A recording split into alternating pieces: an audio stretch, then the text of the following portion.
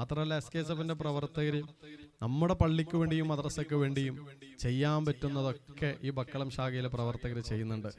അതിനേക്കാൾ അപ്പുറം 30ാം വാർഷിക ആഘോഷിക്കുന്ന ഈ ബക്കളം ശാഖയുടെ പ്രവർത്തകര് അൽഹംദുലില്ലാ ഒരു കിടിലൻ ഒരു സസ്പെൻസ് ഇവിടെ പൊളിക്കാൻ വേണ്ടി പോവുകയാണ്. അഥവാ നമ്മുടെ പള്ളിക്ക് വേണ്ടി അവർ നൽകുന്ന അല്ലെങ്കിൽ നൽകാൻ ഉദ്ദേശിക്കുന്ന ഒരു നല്ലൊരു പദ്ധതി ഇൻഷാ അല്ലാഹ് ഇവിടുന്ന് പ്രഖ്യാപിക്കാൻ വേണ്ടി പോവുകയാണ്. ഒരുപാട് നല്ല പ്രവർത്തനങ്ങൾക്ക് പള്ളിയോടൊപ്പം കമ്മിറ്റിയോടൊപ്പം ചേർന്ന് നിന്ന് പ്രവർത്തിക്കുന്നവരാണ് SKSF ബക്കളം ശാഖയിലെ പ്രവർത്തകര്.